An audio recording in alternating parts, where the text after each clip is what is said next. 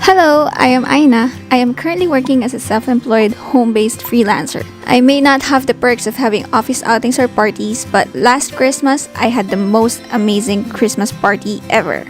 Last December, I joined TRAPKADA's December to Remember, a gift-giving adventure for the Aitas in Isabela. I was part of the documentation team, thanks to Kuya Tofi who trusted me with his phone and gimbal.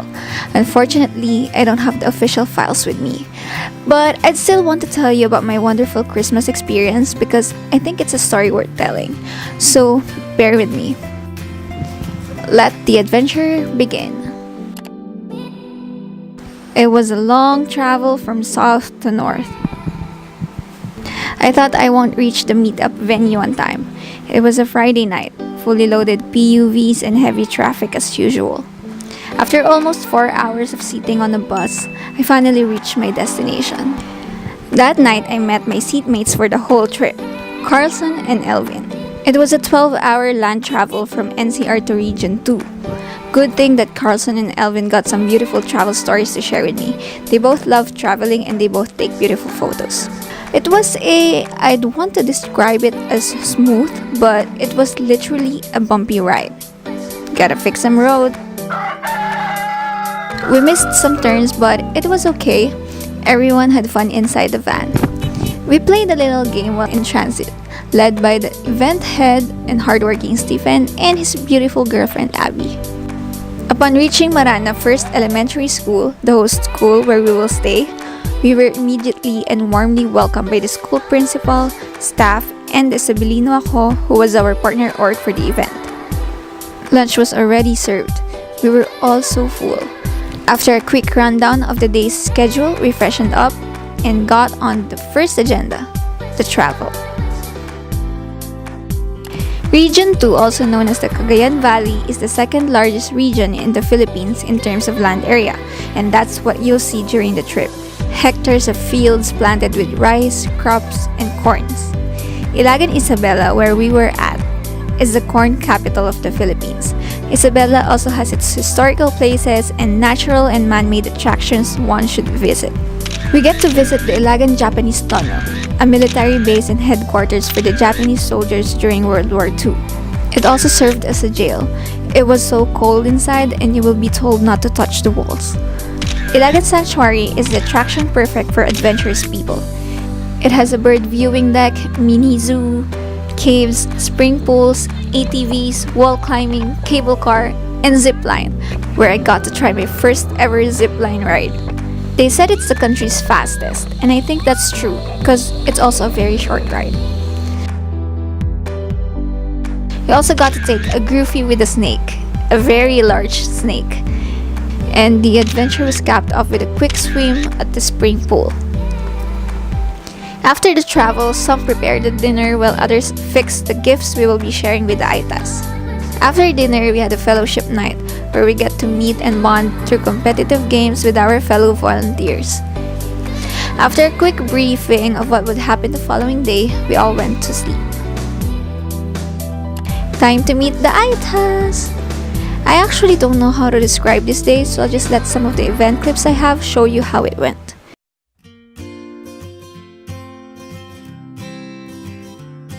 Galing po kami ng Maynila at mahilig po kami mag-travel at mag-outreach program.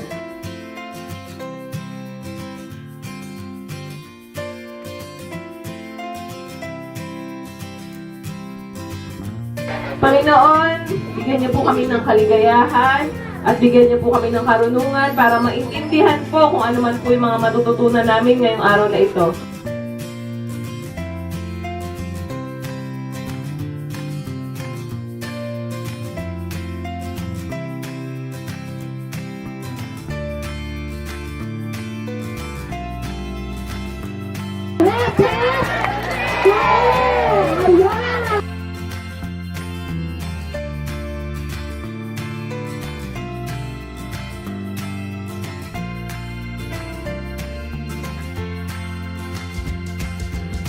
First time.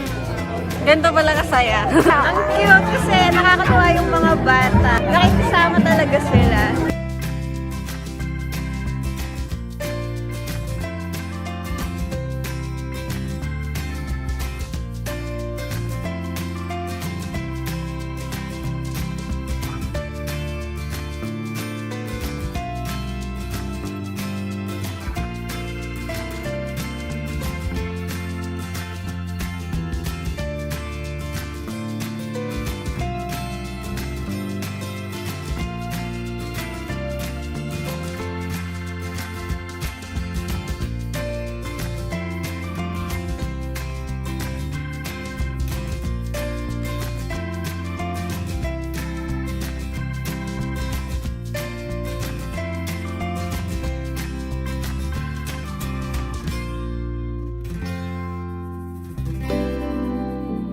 TRAPKADA. Isa pa.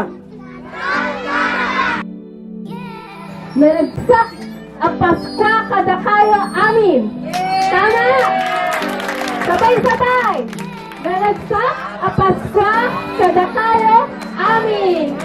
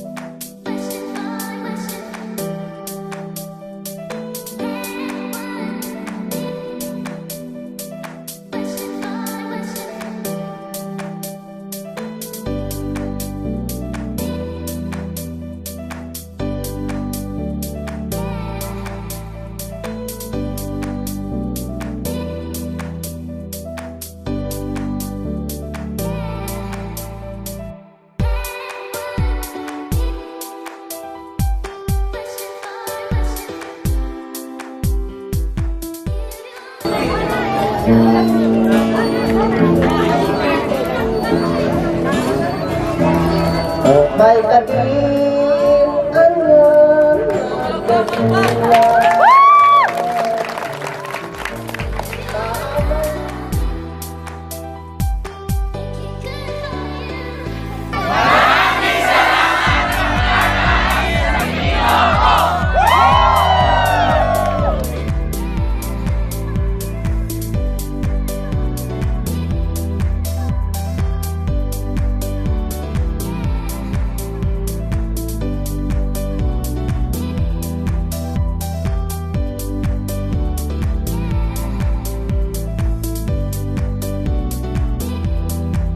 Mula dito sa Isabela. Oh, balik!